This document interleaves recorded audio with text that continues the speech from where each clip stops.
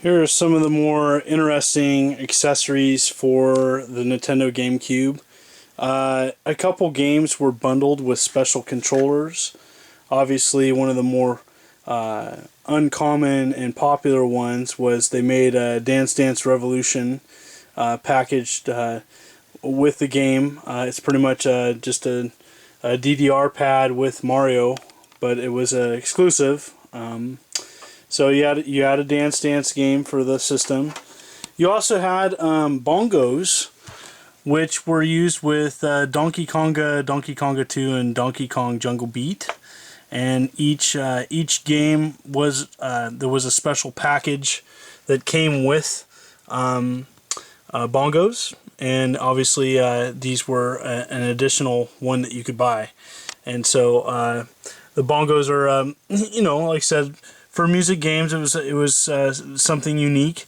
The Zelda game, Four Swords, was one of a couple games that you would have to use the Game Boy Advance as a controller, getting connected with it.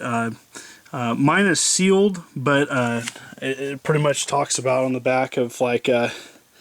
You know, using your Game Boy Advance controller, connecting it to the GameCube, and it's unique. Like I said, not my favorite. I think a lot of people were annoyed that they had to, another game that used it was Final Fantasy Crystal Chronicles, I do believe, and it didn't go over well.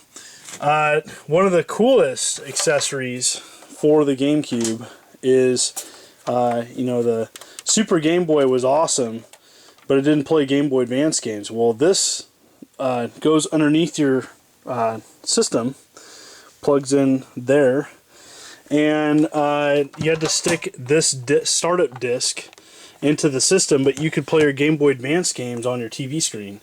Very, very, very cool idea. Highly recommend it. Pretty much put your Game Boy Advance away and when you're at home and play them on the TV screen legally. The other cool thing is import wise, that even though I'm not covering a lot of imports in this video, Hori made these really cool Super NES style controllers that are essentially made for playing the Game Boy Advance games using that, and it's just a really, really neat looking controller. I wish they made it. I wish I got the black ones, but anyways, this is the component cable, which for some ridiculous reason they made it uber hard to get in the US, and I got an import version, same thing, and again, it only works with the digital AV out GameCubes, and you'd have to actually have both of the cables plugged in to at the same time. It's really, really funky connection. Obviously, they made different colored controllers. Made a strange spice color, I do believe. Again, it didn't go with any of the controllers when it came out. It was just a weird off color. Again, Nintendo's choice in colors was pretty unique. Official licensed, this is the standard memory card 59.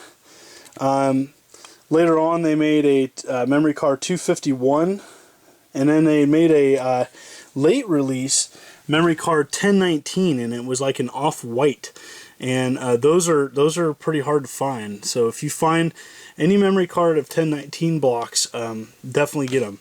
What's cool about these, and obviously these and GameCube, is that you can use them on the Wii, and these are great to keep all your saves on a one memory card and stick it into a Wii and play it through there. It's awesome. This is an unofficial memory card, and like I said, it's better than nothing. And like I said, you can't go terribly wrong with that. Also, what was rare that I forgot to put on the table is the Broadband Adapter. And this was obviously made for one of the best games on the system, but obviously the servers are down now. I think there's private servers you can still use to get on, but again, pretty hard to get. Obviously you can see how much I used mine, and that pretty much covers it. Thank you very much for looking at this.